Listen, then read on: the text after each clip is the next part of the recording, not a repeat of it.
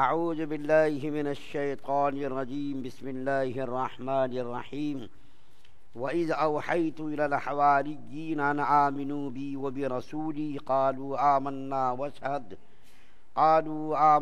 وَاشْهَدْ بِأَنَّنَا مُسْلِمُونَ إِذْ قَالَ الْحَوَارِيُّونَ يَا عِيسَى ابْنَ مَرْيَمَ هَلْ يَسْتَطِيعُ رَبُّكَ أَنْ يُنَزِّلَ عَلَيْنَا مَائِدَةً مِّنَ السَّمَاءِ قَالَ اتَّقُوا اللَّهَ إِن كُنتُم مُّؤْمِنِينَ قالوا نريد أن نأكل منها وتطمئن قلوبنا ونعلم أن قد صدقتنا ونكون عليها من الشاهدين۔ اور جبکہ میں نے حواریین کو حکم دیا کہ تم مجھ پر اور میرے رسول پر ایمان لاؤ، انہوں نے کہا کہ ہم ایمان لائے، آپ شاہد رہیے کہ ہم پورے فرما بردار ہیں۔ وہ وقت قابل ذکر ہے جبکہ حواریین نے عرض کیا کہ اے عیسیٰ ابن مریم علیہ السلام، کیا آپ کے رب ایسا کر سکتے ہیں کہ ہم پر آسمان سے خوان یعنی کچھ کھانا نازل فرما دیں؟ آپ علیہ السلام نے فرمایا خدا سے ڈرو اگر تم ایماندار ہو۔ وہ بولے ہم یہ چاہتے ہیں کہ اس میں سے کھائیں اور ہمارے دلوں کو پورا اطمینان ہو جائے اور ہمارا یقین اور بڑھ جائے کہ آپ نے ہم سے سچ بولا ہے اور ہم گواہی دینے والوں میں سے ہو جائیں۔ سورہ مائدہ کی 111، 112، 113 تین آیات آپ کے سامنے پڑھی گئی ہیں۔ سب سے پہلی آیت کریمہ میں اللہ تعالیٰ نے حضرت عیسیٰ علیہ السلام کے جو ماننے والے تھے، حضرت عیسیٰ علیہ السلام کے اوپر ایمان لانے والے ماننے والوں کو حواریین کہا جاتا ہے، اور نبی کریم صلی اللہ علیہ وسلم کے جو زندگی میں ماننے والے اور ایمان لانے والے تھے ان کو صحابہ کرام کہا جاتا ہے۔ تو پہلی آیت کریمہ جو 111 نمبر کی پڑھی گئی ہے، اس آیت کریمہ میں ایک جملہ ہے وحی فرمائی اللہ نے حواریین کی طرف۔ تو دیکھیے یہاں پر ذرا بات سمجھنے کی ہے۔ وحی حقیقی یہ ہے کہ حضرت جبریل علیہ السلام خدا تعالیٰ کا پیغام نبیوں کے پاس لے کر آتے تھے۔ حضرت جبریل علیہ السلام وحی لانے پر مامور تھے۔ خدا تعالیٰ نے حضرت جبریل علیہ السلام کو مامور کیا تھا کہ نبیوں کے پاس جائیں اور خدائی احکام اور خدائی پیغام پہنچائیں۔ تو ایک تو وہی یہ ہے کہ حضرت جبریل علیہ السلام کے ذریعے سے نبیوں کے پاس خدا کا پیغام آتا تھا، یہ تو حقیقی وحی ہے۔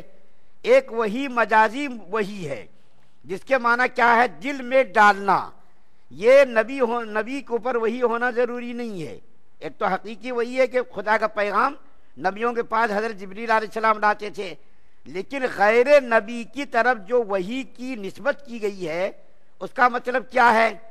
غیر نبی کی طرف وحی نہیں آتی، نبی کے اوپر ہی وحی آتی تھی۔ خدائی پیغامات فرشتے کے ذریعے سے آتے تھے، لیکن جو دوسری مخلوق کی طرف یا دوسرے غیر نبی کی طرف جو وحی کی نسبت کی گئی ہے، اس کا کیا مطلب ہے؟ اس کا مطلب ہے دل کے اندر ڈالنا۔ وحی کا یہاں معنی مراد کیا ہے؟ حقیقی وحی نہیں ہے۔ حواریین کی طرف وہ تو نبی نہیں تھے، اس کے اوپر تو وحی کے نازل ہونے کا کوئی سوال ہی نہیں ہے۔ یعنی حضرت عیسیٰ علیہ السلام کے ماننے والوں کے دلوں کے اندر اللہ نے یہ بات ڈالی۔ دیکھیے قرآن کے اندر بہت ساری چیزوں کی طرف وحی کی نسبت کی گئی ہے، یہاں تک کہ شہد کی مکھی کی طرف بھی وحی کے نزول کی نسبت کی گئی ہے۔ مثال کے طور پر دیکھیے سورہ نحل کے اندر اللہ تعالیٰ فرماتے ہیں وَأَوْحَى رَبُّكَ إِلَى النَّحْلِ أَنِ اتَّخِذِي مِنَ الْجِبَالِ بُيُوتًا وَمِنَ الشَّجَرِ وَمِمَّا يَعْرِشُونَ، کہ اللہ تعالیٰ نے شہد کی مکھیوں کی طرف وحی فرمائی کہ تم پہاڑوں میں، درختوں میں، محلوں میں مکانات بناؤ۔ تو دیکھیے یہ پہاڑوں میں، درختوں میں یہ شہد کی مکھیاں چھتے بناتی ہیں، اور گھروں میں، محلوں میں بھی شہد کی مکھیاں چھتے بناتی ہیں۔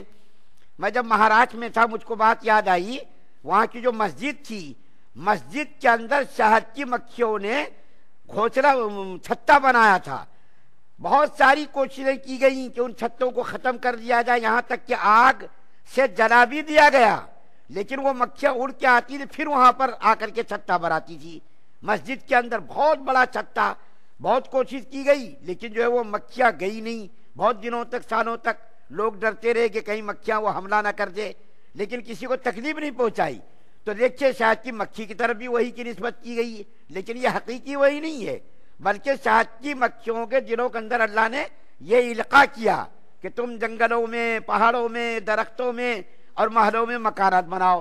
اسی طریقے دیکھیے حضرت موسیٰ علیہ السلام کی والدہ کی طرف بھی وہی کی نسبت کی گئی ہے، وَأَوْحَيْنَا إِلَىٰ أُمِّ مُوسَىٰ أَنْ أَرْضِعِيهِ، کہ اللہ تعالیٰ نے حضرت موسیٰ علیہ السلام کی والدہ کی طرف وہی ڈالی، وہی بھیجی کہ تم حضرت موسیٰ علیہ السلام کو دودھ پلاؤ۔ یہ واقعہ بہت مشہور ہے کہ حضرت موسیٰ علیہ السلام کو ان کی والدہ نے تابوت بنا کر کے اس کے اندر رکھ دیا تھا، اور وہ تابوت فرعون کے محل کی طرف سے گزرا، تو ان کی باندیا جو نہا رہی تھی اس تابوت کو اٹھا کر کے فرعون کے دربار تک پہنچا دیا۔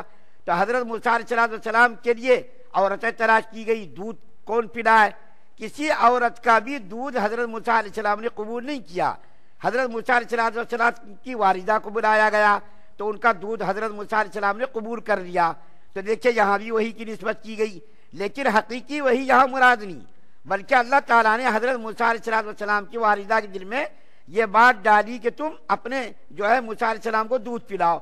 تو یہاں پر جو وہی کا ذکر کیا گیا ہے یہ حقیقی وہی نہیں ہے، بلکہ حضرت عیسیٰ علیہ السلام کے ماننے والوں کے دلوں کے اندر ڈالا۔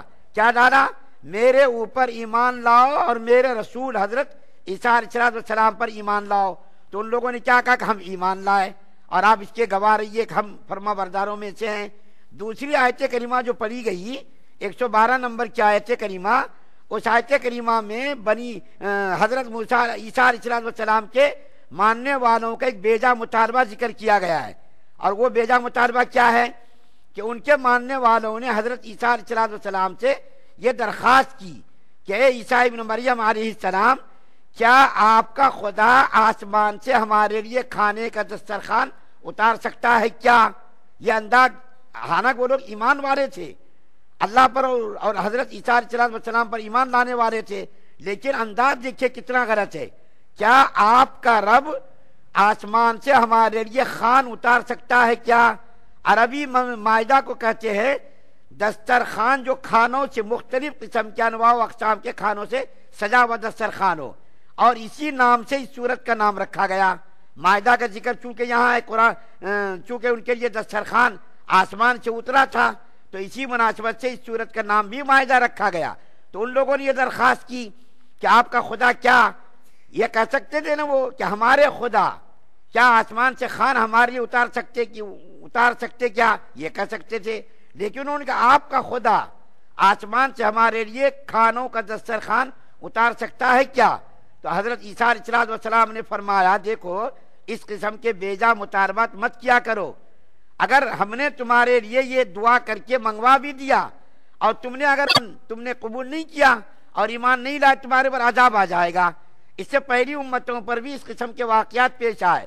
قوم سمود کا واقعہ دیکھیے قرآن کے اندر ہے، انہوں نے مطالبہ کیا کہ اے صالح علیہ السلام، آپ پہاڑی سے اونٹنی کو نکال دیجئے جو گابھن ہو، نکلتے ہی وہ بچہ دے دے۔ تو حضرت صالح علیہ السلام نے دعا مانگی، پہاڑ پھٹا اور پھٹ کر کے اس کے اندر سے گابھن اونٹنی نکل گئی، لیکن جب ان لوگوں نے اس اونٹنی کو اذیت پہنچائی، تکلیف پہنچائی، تو پھر اس کے اوپر اللہ کا عذاب آ گیا۔ نبیوں سے بیجا مطالبات کرنا، معجزات کا مطالبہ کرنا، اگر اس کی درخواست کو اللہ نے قبول کر کے اس کے مطابق معجزات کو ظاہر کر دیا اور پھر اس کے ماننے میں انہوں نے کوتاہی کی، تو پھر اللہ کا عذاب آ جائے گا، کیونکہ اتمام حجت ہو گیا نا۔ انہوں نے مطالبہ کیا، پھر مطالبہ کرنے کے بعد اللہ نے اس کے مطالبے کو قبول کیا، اس کا مطالبہ پورا کیا، پھر جو انہوں نے انکار کر دیا پھر عذاب آ جائے گا۔ تو حضرت عیسیٰ علیہ السلام نے کیا فرمایا کہ دیکھو اس قسم کے مطالبے مت کرو، کیونکہ تم لوگ ایماندار ہو کر کے اس قسم کا مطالبہ کرتے، تم ایسا مطالبہ مت کرو، خدا سے ڈرو، تم لوگ ایماندار ہو۔ تو ان لوگوں نے کیا کہا، ہمارا ارادہ یہ ہے کہ جب آسمان سے کھانا اترے تو ہم کھائیں گے، ہمارا ایمان بڑھے گا، ہمارے دل کے اندر اطمینان ہوگا، قوت آئے گی تو ہم عبادت کریں گے، ہمارا مقصد خدا پر اعتراض کرنا نہیں۔ ان لوگوں نے کیا کہا، ہمارا مقصد خدا پر اعتراض کرنا نہیں، بلکہ آسمان سے جب دسترخوان اترے گا اور اس کھانے کو جب کھائیں گے تو آسمان سے جب اترے گا تو البیلا کھانا ہوگا، عجیب و غریب کھانا ہوگا، قوت بخش کھانا ہوگا۔ وہ کھانا جب ہم کھائیں گے تو ہمارے جسم کے اندر توانائی آئے گی، قوت آئے گی، اور اس قوت کے آنے پر ہم پھر عبادت الہی کے اندر زیادہ جو ہے منہمک ہوں گے، تو اور ہمارے دلوں کے اندر اطمینان پیدا ہوگا، اور ہم دوسروں کو بتائیں گے کہ دیکھو حضرت عیسیٰ علیہ السلام کے ذریعے سے جو ہے ہمارے لیے آسمان سے ذریعے سے کھانا آیا، تو ہم دوسروں کو گواہی دینے والے بھی بنیں گے، ہم دوسروں کے سامنے اس کو بیان بھی کریں گے۔ تو اطمینان قلب کے لیے ہم آپ سے یہ درخواست کرتے ہیں کہ آپ جو ہے اللہ سے دعا کر کے ہمارے لیے کھانا منگوا دیجئے۔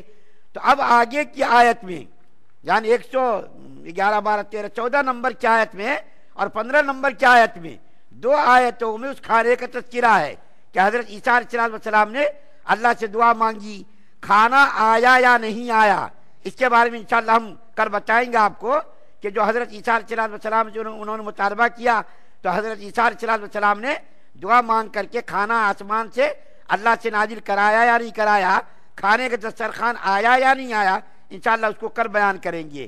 اللہ تعالیٰ سے دعا ہے کہ اللہ تعالیٰ ہم تمام مسلمانوں کو ایمان کامل نصیب فرمائے، کفر سے، شرک سے، نفاق سے، بدنیتی بد اخلاصی سے ہم سب کی حفاظت فرمائے۔ سبحان اللہ و بحمدہ، سبحانک اللہم و بحمدک، ونشہد ان لا